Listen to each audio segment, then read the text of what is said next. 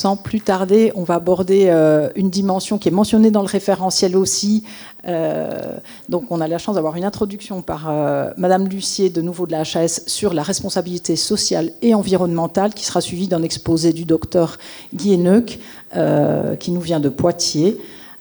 Donc là, l'idée, c'est vraiment de faire le lien entre, ce que j'allais dire, la fenêtre ou un des critères du référentiel, mais aussi ouvrir les portes et les fenêtres vers une dimension que vous avez, j'imagine, tous à cœur, mais qui est peut-être pas toujours facile à mesurer et à suivre. Je vous prends plutôt ça, pardon. Donc tout à l'heure, je vous disais que le référentiel, pour vous, il doit aussi servir d'outil et pour ça, il faut aussi parfois en avoir une lecture qui n'est pas purement linéaire. Donc on profite effectivement de cette intervention sur la RSE pour vous montrer comment effectivement, dans l'entièreté du référentiel, on peut aller chercher les éléments qui vont permettre de valoriser ce que vous faites. Alors, hop.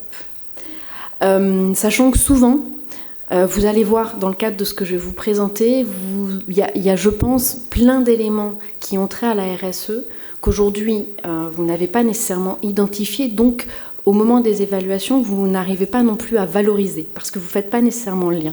Donc là, l'exemple que je vais vous donner avec la RSE, finalement, elle est possible sur aussi tout un tas d'autres sujets. Et c'est là aussi où nous, à la HAS, on va essayer de vous proposer des outils en 2025 et les années suivantes.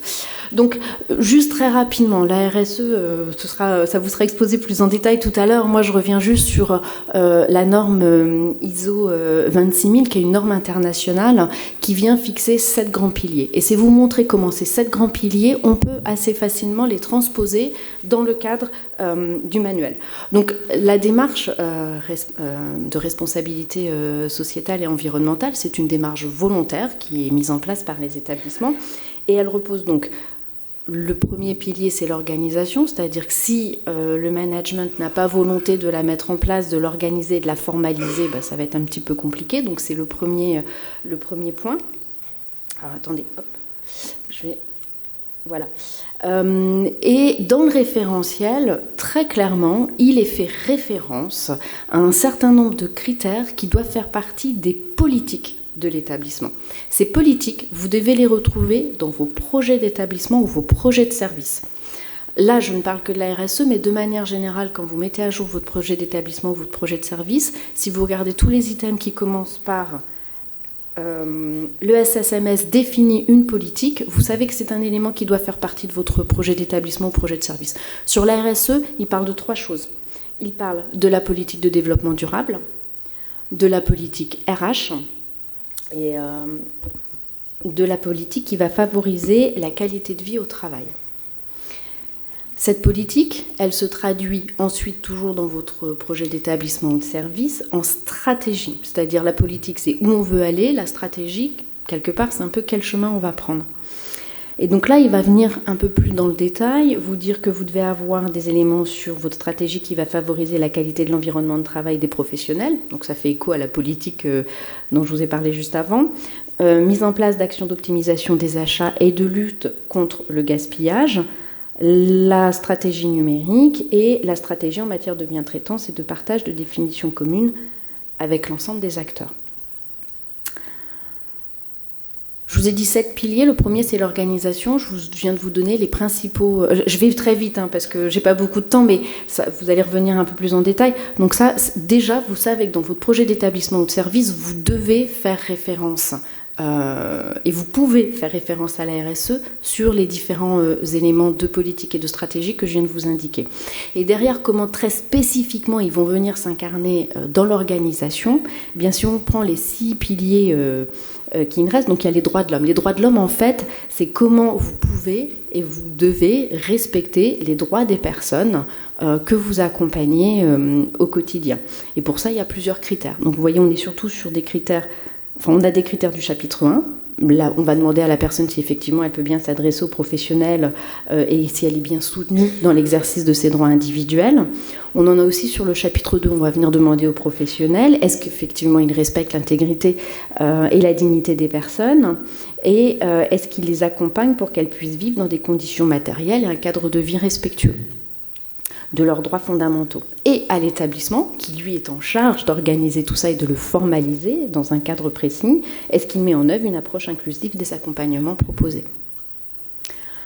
Sur le pilier relations et conditions de travail, qui est donc un troisième pilier, c'est comment l'établissement, vous l'avez entendu quand on a parlé de politique et de la stratégie, comment l'établissement, il manque un mot dans la phrase, met en place des relations et des conditions de travail responsables.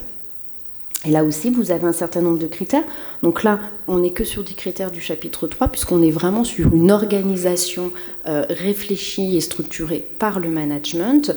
On va être sur la définition de modalités de travail adaptées pour garantir la sécurité et la continuité de la qualité d'accompagnement des personnes, sur la mise en œuvre d'un processus d'accueil et d'intégration des professionnels, sur l'adaptation de la gestion des emplois, des parcours et compétences, sur l'organisation d'espaces de discussion, on vient d'en parler, sur la dimension éthique, et sur le fait de mettre au service des accompagnements une équipe de professionnels formés.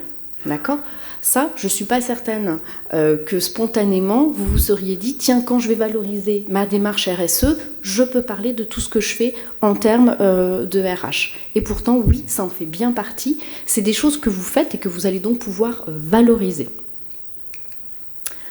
Sur la loyauté des pratiques, qui est aussi un pilier de la démarche RSE, c'est comment, on met en place des pratiques éthiques partagées au sein de l'établissement, mais aussi avec les partenaires, avec les familles. Vous le disiez clairement, ça peut être aussi des familles qui viennent solliciter les groupes éthiques. Et là aussi, on va avoir des critères qui sont à la fois sur le chapitre 2 pour les professionnels et sur le chapitre 3. Avec l'organisation de ce questionnement éthique qui va associer tout le monde, avec la capacité pour les professionnels d'identifier les questionnements et y associer l'ensemble des personnes concernées, le fait de soutenir la liberté d'aller et venir des personnes accompagnées, de respecter les règles de sécurisation des données, des dossiers, de définir la stratégie en matière de bientraitance et de la partager avec l'ensemble des acteurs, d'élaborer et de piloter et de déployer la démarche d'amélioration qualité, parce qu'effectivement, ça en fait complètement partie aussi, et d'assurer le recueil et le traitement des plaintes et réclamations. Donc là aussi, c'est de vous montrer comment, en allant puiser dans différents chapitres et dans différentes thématiques du référentiel, vous pouvez répondre à des objectifs et à des demandes de responsabilité sociétale et environnementale et comment vous pouvez les valoriser. On a aussi un pilier de la RSE qui repose sur les questions relatives aux consommateurs. Donc là, c'est comment on met en place une relation de confiance et de transparence entre l'établissement et le service et les personnes accompagnées et leurs proches. Bien là aussi, on va être plutôt sur des critères du chapitre 3. Alors ceux qui sont soulignés, ce sont des critères impératifs. Donc vous voyez que dans la RSE, en plus, on a des choses qui sont considérées comme des éléments normalement devant être maîtrisés par les établissements et services. Donc on a la notion de définition de plan de prévention et de gestion des risques de maltraitance et de violence au bénéfice des personnes. On a le fait de recueillir, de traiter les événements indésirables ainsi que les plaintes et réclamations. Et puis on a aussi un critère qui concerne les personnes accompagnées sur le fait qu'elles puissent maintenir des liens et en créer de nouveaux dans et hors de l'établissement. Donc là aussi, vous voyez, sur comment on met en place une relation de confiance entre les différents partenaires des établissements et services, on vient aussi répondre à une logique de RSE.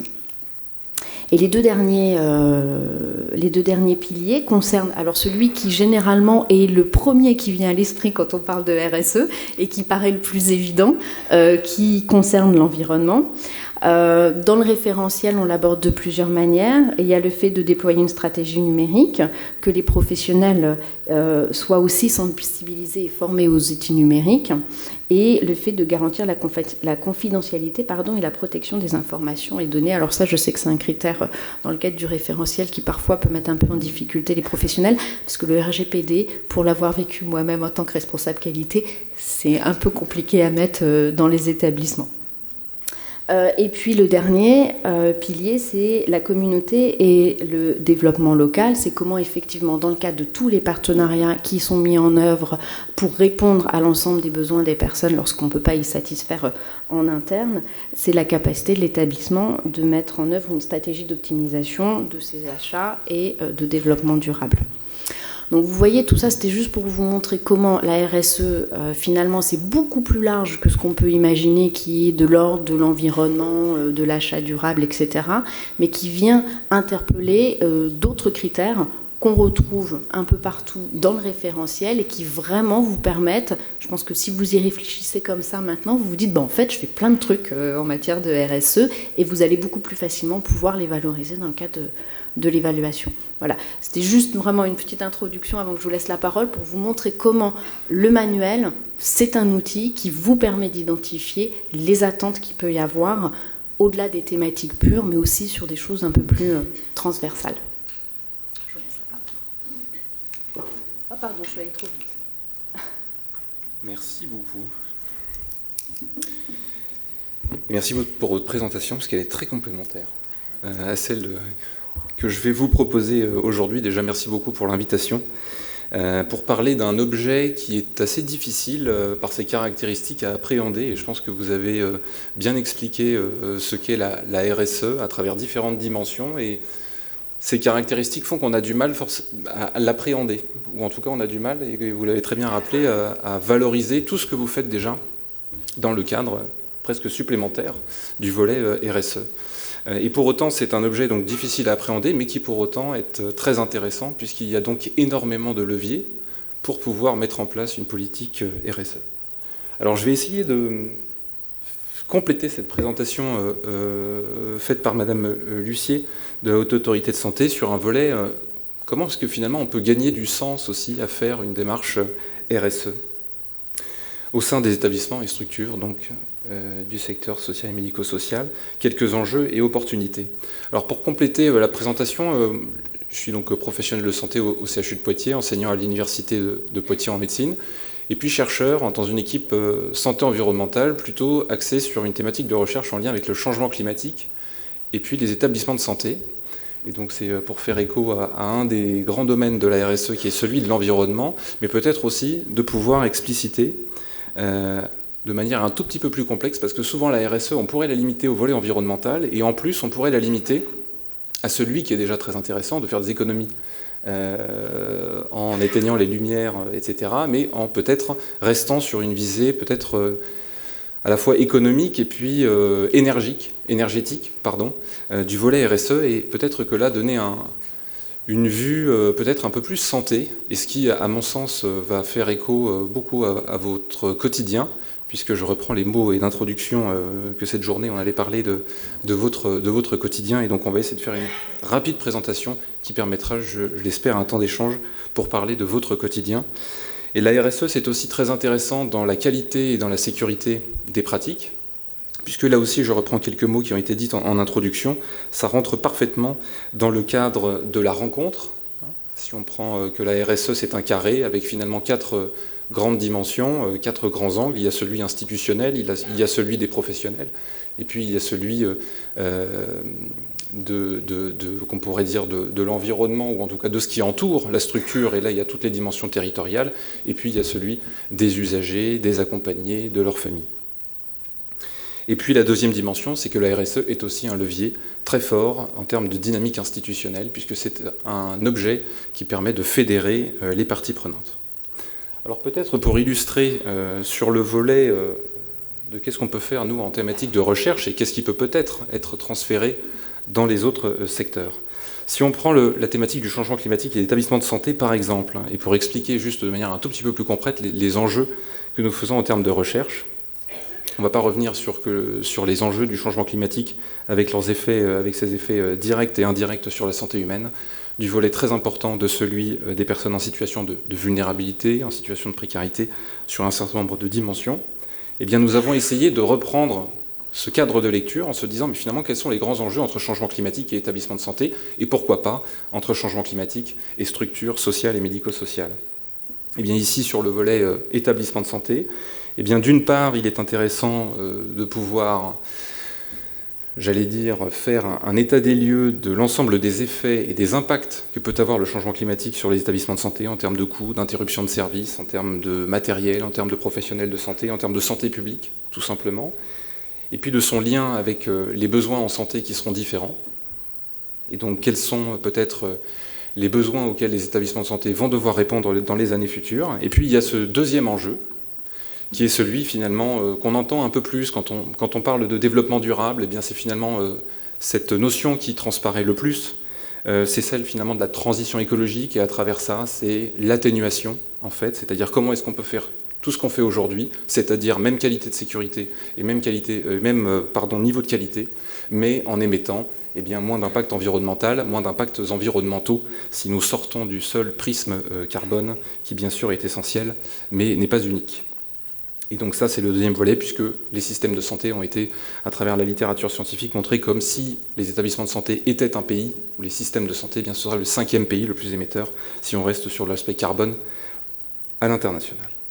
Alors maintenant qu'on a fait cette petite présentation, on a 4 axes de recherche, celui donc qu'on vient de dire, c'est-à-dire quels sont les effets du changement climatique sur les établissements de santé, et puis ensuite, on a essayé de mettre en place ou d'évaluer un certain nombre de stratégies d'accompagnement pour les établissements en ce qui concerne l'adaptation, c'est-à-dire mon établissement est touché peut-être par des enjeux environnementaux, et bien comment est-ce qu'on peut faire, et ça peut faire peut-être écho au programme de l'après-midi sur des plans de gestion de crise, lorsqu'on a par des intempéries ou des aléas climatiques, et bien peut-être des dysfonctionnements, ou alors dans ce qui nous précède sur les chaînes d'approvisionnement ou en termes d'alimentation, de logistique, etc.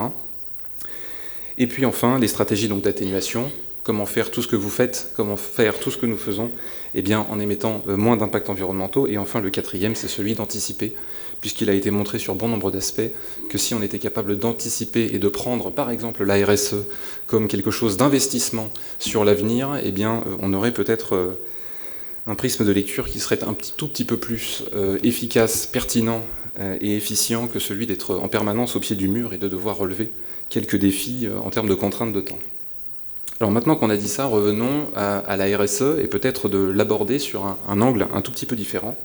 C'est celui de la santé. Alors celui de la santé, il y a quelques décennies et au siècle dernier, on pensait que lorsqu'on allait séquencer notre génome, finalement on allait savoir si on allait être malade dans 50 ans ou quels allaient être l'ensemble de nos enjeux de santé sur la vie. Et l'objectif, alors je prends la carte du bus d'Angoulême de ce matin, l'objectif, c'était d'avoir finalement dans sa carte l'ensemble de notre séquençage du génome et de savoir si on allait avoir un cancer, quel cancer, si on allait être malade d'une maladie chronique ou pas au cours de notre vie. Ça, c'était tout l'enjeu et il y a eu énormément de recherches pour ça dans les années qui ont suivi, puisque vous avez ici finalement l'évolution du coût du séquençage d'un génome humain au cours de ces 20 dernières années. Et vous voyez qu'on est passé de quasiment $1 million à quelques centaines de dollars aujourd'hui pour séquencer le génome humain. Et puis finalement, il y avait quelques irréductibles séquences de nucléotides qui résistaient toujours à la recherche, et c'est finalement qu'il y a 2 ans que l'ensemble du génome a pu être séquencé complètement, c'est-à-dire qu'il restait quelques pourcentages qui nous étaient encore inconnus. Alors pourquoi est-ce que je fais cette introduction ? C'est parce que finalement, il y a eu un changement de paradigme ces dernières années. Au regard de la complexité des maladies chroniques, de leur caractère multifactoriel, il semblerait que ces maladies, ou en tout cas ce qu'il peut arriver en termes de santé au cours de notre vie, résulte probablement d'une combinaison entre ces facteurs génétiques et puis ces éléments environnementaux, et c'est là qu'on va revenir peut-être au gain de sens sur la RSE.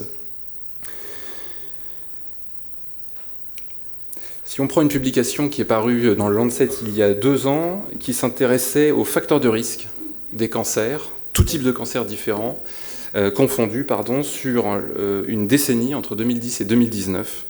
Alors on pourrait inventer les meilleurs médicaments et il y a beaucoup de recherches là-dessus, mais finalement il y a aussi peut-être 2 éléments qui peuvent être très intéressants. C'est celui de s'intéresser au tabac et à l'alcool, puisque finalement ce sont les 2 facteurs de risque majoritaires de l'apparition de tout type de cancer dans le monde. Tout ça pour dire que ça, ce sont des facteurs qui sont environnementaux ou comportementaux. Comportementaux ne veut pas dire uniquement à l'échelle individuelle, et c'est là aussi qu'on va voir des parallèles entre la RSE, une articulation institutionnelle et à la fois un gain de sens pour les professionnels et un enjeu de qualité, de bien-être pour les usagers, les accompagnés et les familles. Mais c'est aussi un enjeu institutionnel et social, voire sociétal, puisque ces comportements, eh bien, il suffit de se balader dans la rue et de voir une affiche, une publicité pour, évidemment, agir sur nos différents comportements. Et tout ça nous amène à la santé environnementale, en lien avec la RSE. La santé environnementale, ce n'est pas la santé de l'environnement, hein. La santé environnementale, ce n'est pas la santé des arbres, ni des plantes, ni des végétaux, ni d'autres choses. C'est la santé humaine, mais prise au regard de l'ensemble des facteurs et des déterminants qui nous entourent. C'est-à-dire qu'on n'imagine plus aujourd'hui une personne, entre guillemets, en bonne santé, mais qui respirait un air pollué, qui buvrait de l'eau contaminée par différents polluants, qui mangerait une alimentation contenant un certain nombre de perturbateurs, par exemple endocriniens. Bref, l'être humain est vécu et étudié et est pris en compte dans sa globalité. Et c'est là où je pense que vos secteurs sociaux et médico-sociaux sont beaucoup plus forts que le nôtre, celui de la santé, puisque vous prenez déjà en considération l'ensemble de l'individu avec ses proches, avec tout son environnement. Alors pour peut-être terminer sur la santé environnementale et ce petit pas de côté sur la RSE, eh bien tous ces facteurs qui nous entourent eh bien, sont déterminés sur un certain nombre de ce qu'on appelle des déterminants de santé, que je pense que vous connaissez. Tout d'abord les caractéristiques individuelles, dont la génétique rentre en compte, et les caractéristiques physiques. Il y a des ressources personnelles, comme des compétences par exemple psychosociales, la capacité d'agir, qui a été évoquée tout à l'heure. Il y a aussi les habitudes de vie. Est-ce que je mange? Qu'est-ce que je mange? Qu'est-ce que je bois? Quand je bois? Est-ce que lorsque j'effectue un certain nombre d'activités, est-ce que je mets des protections individuelles, etc. Quelles sont mes habitudes de consommation? Il y a aussi des conditions de vie. C'est là aussi où on peut faire état sur la pluralité de vos structures, de vos services et de vos établissements. Eh bien, quelles conditions de vie pour les professionnels, pour les usagers, les accompagnés, les familles? Et puis les systèmes et offres collectives, dont le système de santé, dont le système social, médico-social. Et puis enfin le contexte sociétal, jusqu'au niveau environnemental, climatique du pays dans lequel nous nous trouvons, socio-économique. Et enfin, la dernière notion, c'est celle de l'exposome. L'exposome, c'est finalement, tout au long de notre vie, on va donc être exposé ou non exposé à un certain nombre de facteurs. Et c'est cette exposition ou cette non-exposition qui va faire que finalement, chaque jour, on va accumuler un certain nombre d'expositions par rapport à ces facteurs environnementaux dans leur globalité, et c'est ça qu'on appelle l'exposome. L'exposome, c'est donc bien la totalité des expositions subies par un organisme humain de sa conception à sa mort. C'est presque la calculatrice de la santé environnementale, en fait. Tous les jours, quand on rentre le soir, on se dit « j'ai passé 8 heures dans cette salle avec une qualité de l'air intérieur qui était de tel ordre, etc. etc. »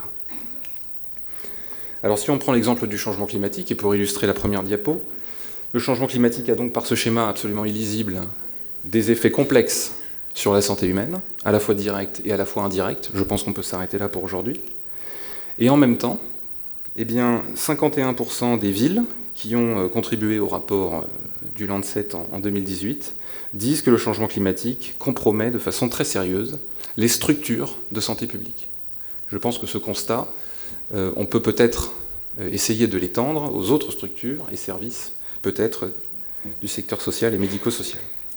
Donc il y a des enjeux, évidemment, entre l'aspect individuel, l'aspect institutionnel, et puis peut-être un enjeu territorial qui peut être toujours une focale qu'il nous faut modifier quand on parle de changement climatique, quand on parle de développement durable, quand on parle de responsabilité sociétale des entreprises ou des organisations. Je ne reviens donc pas sur cette diapositive, puisqu'elle a été complètement détaillée à travers aussi les nombreux critères, et je pense que ça c'est aussi un élément très important, c'est que finalement c'est une transversalité.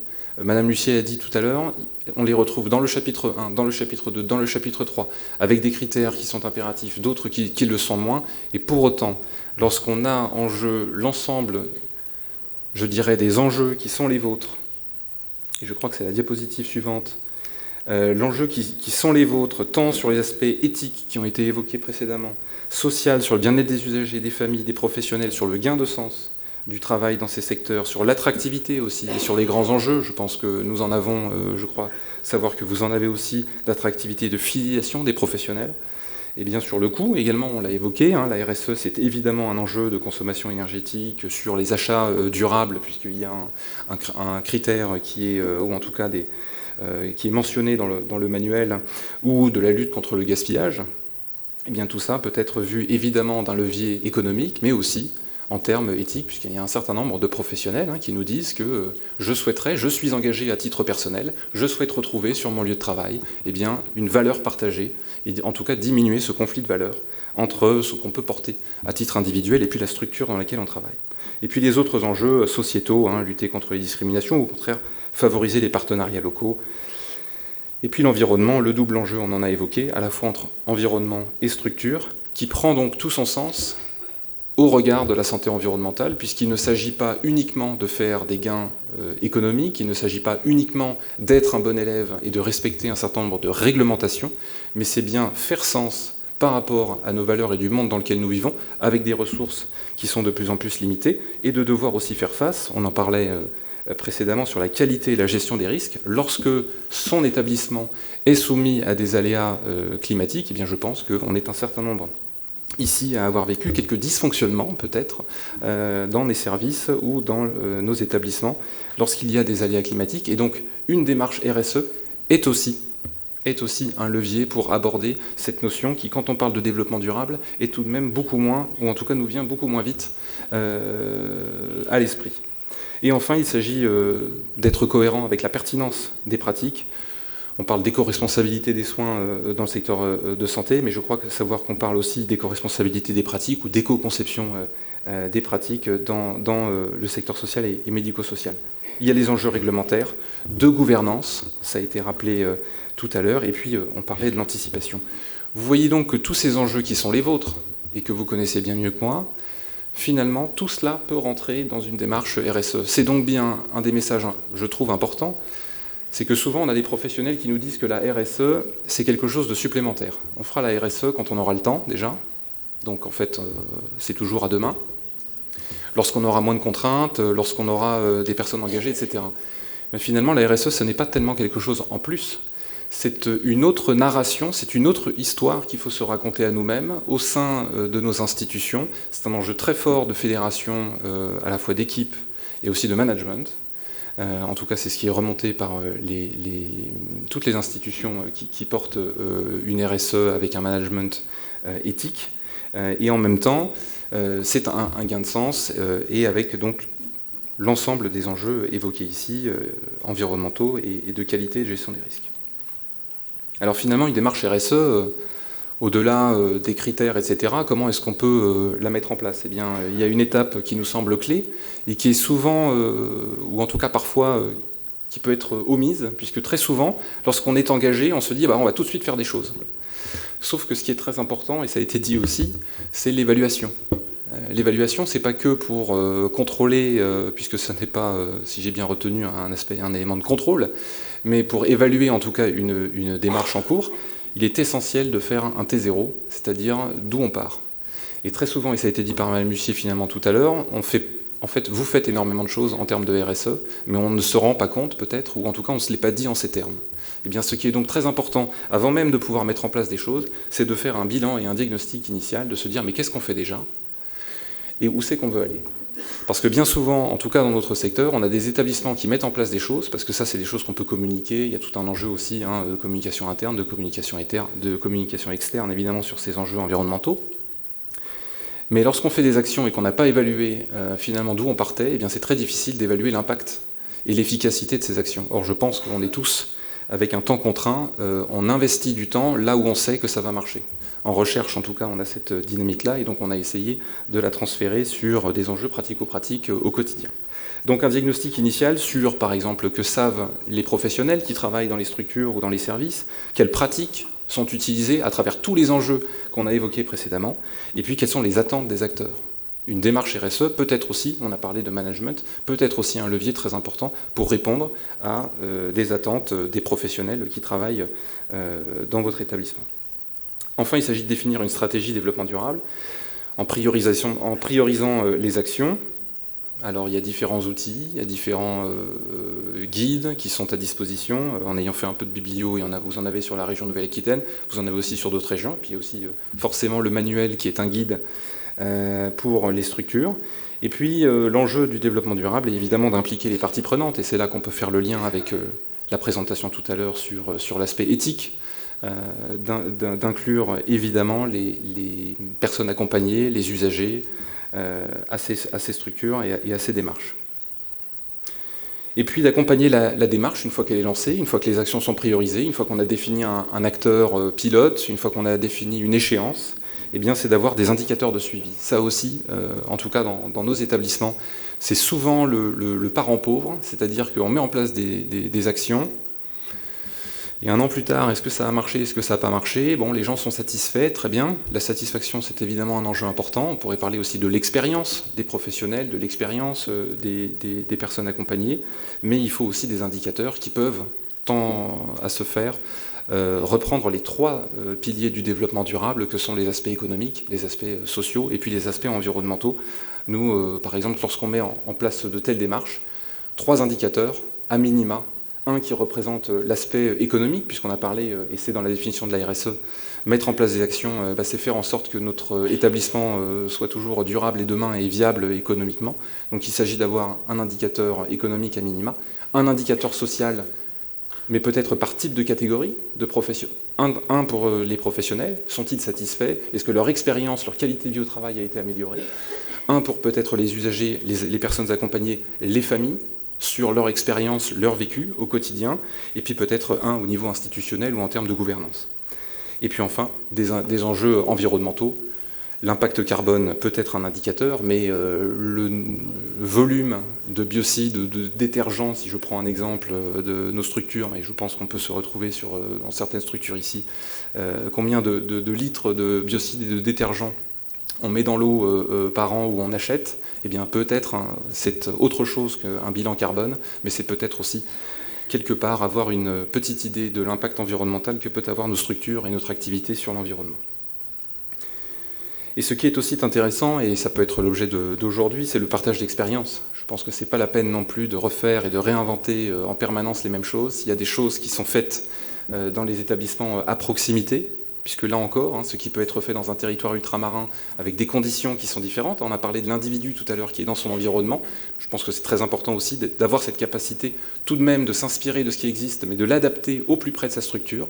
Les enjeux à Strasbourg sont peut-être différents de ceux de Brest, sont différents de ceux de Marseille, et très probablement différents de ceux des territoires ultramarins, sur ces enjeux environnementaux qui ont des particularités et dont je pense qu'il faut s'inspirer sur un certain nombre de domaines. Donc le partage d'expérience est absolument essentiel pour favoriser une démarche RSE et pour ne pas réinventer les choses qui fonctionnent déjà, et aussi peut-être apprendre sur les expérimentations qui n'ont pas fonctionné. Puisque bien souvent on a le biais de ne partager que ce qui fonctionne, eh bien je pense qu'il faut aussi partager ce qui n'a pas fonctionné et de comprendre pourquoi ça n'a pas fonctionné. Enfin, exactement comme les démarches de santé environnementale, il s'agit d'augmenter notre exposition à des facteurs qui fonctionnent et de diminuer notre exposition à des facteurs qui ne fonctionnent pas ou qui sont peut-être nuisibles pour notre santé. C'est exactement la même chose pour la RSE. La RSE, c'est un double enjeu, c'est-à-dire à la fois d'augmenter les dynamiques qui fonctionnent, qui sont positives, et puis peut-être d'essayer de corriger ou d'améliorer les démarches qui n'ont pas fonctionné. Ce double enjeu de renforcer les positifs et de réduire les négatifs qui ici se retrouvent sur d'autres enjeux. Par exemple, là j'ai pris et j'ai adapté une slide de nos amis anglo-saxons sur le développement durable. Enfin, pour terminer, quelques messages clés. Pardon, j'ai été trop long. C'est l'existence, bien sûr, de leviers à la démarche, on l'a dit. C'est un objet qui est difficile à appréhender parce qu'il est finalement très complet ou très global. Mais en même temps, ça en fait d'autant plus de leviers pour des partenaires. Si je prends un titre personnel, on peut parfois au cours de sa journée rencontrer des gens où on sait que le levier économique va être celui sur lequel on va peut-être plus particulièrement insister, et puis il y en a d'autres. Lorsqu'on va rencontrer d'autres types de professionnels, eh bien, il s'agit de montrer que la RSE, le développement durable, c'est aussi un gain sur la qualité de vie au travail des professionnels, et puis c'est aussi un gain sur la qualité et la sécurité des soins. On ne fait pas soit du développement durable, soit de la qualité des soins. On fait du développement durable pour la qualité des soins et pour la sécurité des soins. En tout cas dans le secteur sanitaire, et donc je pense que c'est la même chose sur les secteurs sociaux et médico-sociaux. Enfin, l'appropriation des enjeux. La RSE, à mon sens, ne doit pas être vécue comme un élément supplémentaire de contraintes, etc., de réglementation. On respecte une réglementation parce qu'on sait approprier les enjeux avec une véritable prise de conscience qui apporte que du bénéfice, c'est-à-dire un gain de sens des professionnels, des acteurs, qui peuvent Et dans ce cas-là, en termes institutionnels, on peut à la fois gérer des dynamiques qui sont bottom-up et à la fois des dynamiques qui sont top-down pour avoir une articulation entre les différents acteurs, incluant les usagers et les personnes accompagnées. Un enjeu d'attractivité, on l'a dit. En tout cas, si je prends un exemple, si on a fait une étude auprès des étudiants en santé, ils vont demain travailler dans des structures qui sont engagées sur le développement durable, de façon plus importante que les structures qui ne se sont pas engagées. Et ils sont parfaitement conscients qu'il ne s'agirait pas uniquement que d'avoir une jolie vitrine. Il faut avoir aussi un stock qui soit bien achalandé. Donc on n'est pas dans du greenwashing ici. Les étudiants vont aller demain dans les structures qui sont les plus avancées, dans lesquelles il y a un sens très profond qui est mis en place avec l'ensemble des enjeux éthiques, etc. L'intégration des enjeux climatiques dans la gestion des risques. Le changement climatique ne doit pas être, à notre sens, et en tout cas dans les recherches que nous menons, vécu comme uniquement une transition énergétique. Il s'agit aussi pour toutes les structures d'appréhender les enjeux, de se dire si ma structure demain est impactée par des aléas climatiques qui sont propres à chaque région et probablement encore plus à chaque territoire, eh bien comment est-ce qu'on fait pour fonctionner ? À notre sens, il serait intéressant que d'élaborer des simulations, comme on fait pour la cyberattaque, des exercices de simulation si un établissement a subi une cyberattaque. Eh bien, Paris, l'année dernière, a fait sa simulation sous 50 degrés. Je pense qu'il serait intéressant en Nouvelle-Aquitaine qu'on puisse travailler sur des scénarios de simulation en termes d'aléas climatiques. Le partage d'expériences et enfin le développement d'indicateurs de suivi. Et j'ai déjà été trop long, merci beaucoup. Développer une démarche de développement durable, c'est peut-être une opportunité pour la santé du XXIe siècle et un levier pour construire un secteur éthique et durable. Je vous remercie.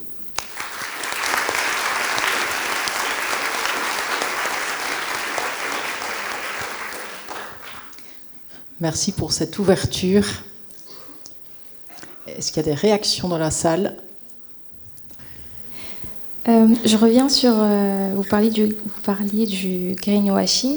En général, les entreprises qui intègrent des démarches RSE se font labelliser, mais je suppose que c'est plutôt axé industrie.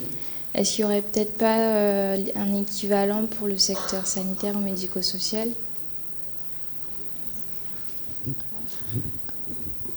Alors concernant les industries, je ne peux pas me prononcer ici. Je pense qu'il y a beaucoup de démarches et le secteur industriel a bien compris, je pense, les enjeux et s'engage là-dessus, à travers, j'imagine, comme les établissements à des degrés variés. Concernant les labellisations qu'il peut y avoir sur le développement durable, vous êtes dans une... Je ne peux pas vous dire sur le secteur social ou médico-social, mais comme votre question est invitée sur le secteur sanitaire, il y a une démarche en Nouvelle-Aquitaine, en tout cas portée par l'ARS Nouvelle-Aquitaine, qui est celui de la boîte à outils qui s'appelle Cap Hôpital Durable.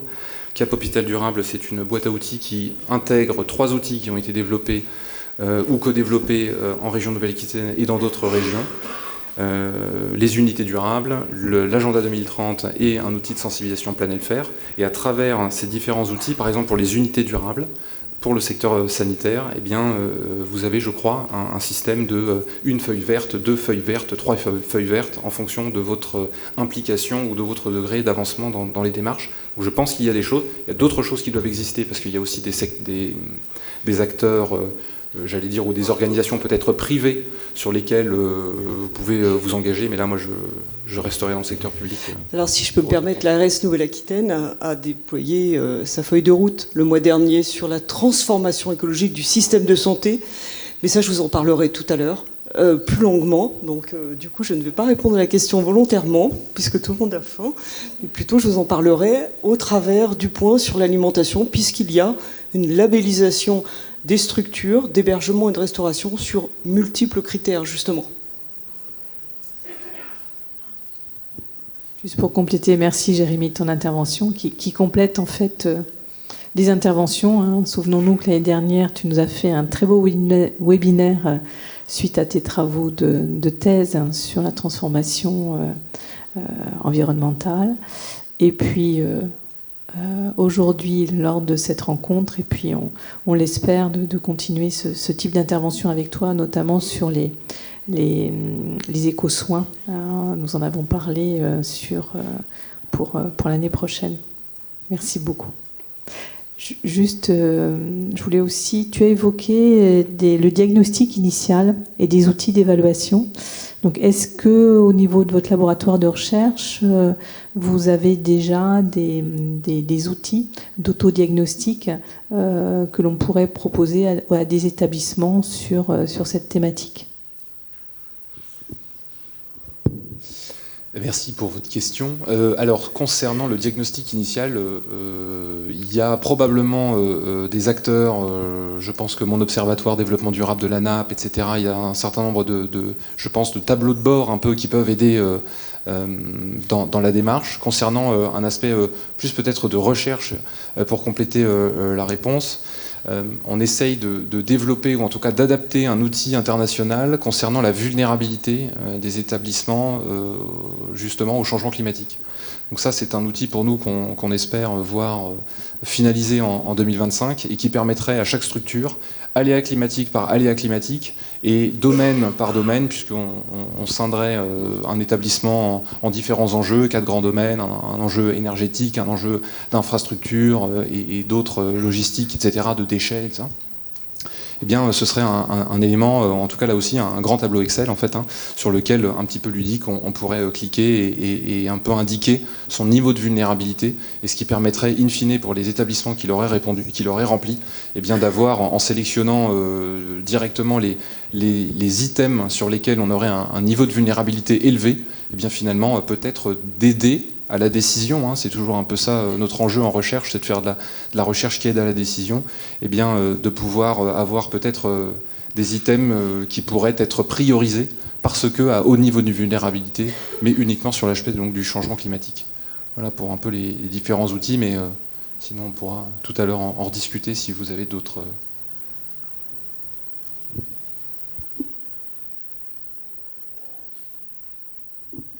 Merci. D'autres réactions ? Pas spécialement. Bon, le lien a été fait effectivement avec le début de l'après-midi. On reparlera de l'alimentation avec des principes. Voilà, parce qu'il n'y a pas que dans la RSE, il n'y a pas que l'énergie. Il y a aussi ce grand enjeu autour de l'alimentation. Donc l'idée, ce sera vraiment de faire le lien entre les principes et l'assiette et qu'est-ce qu'on va y retrouver avec des enjeux plus macro, statistiques, épidémiaux, etc. Qu'on retravaillera ça en début d'après-midi. Donc un grand merci pour votre attention. Vous êtes attendus dans le hall d'entrée avec un buffet à partager et puis des rencontres à faire. Nous n'avons pas de badge, mais ça ne vous empêchera pas de vous présenter les uns aux autres. Voilà, bon appétit à tout le monde.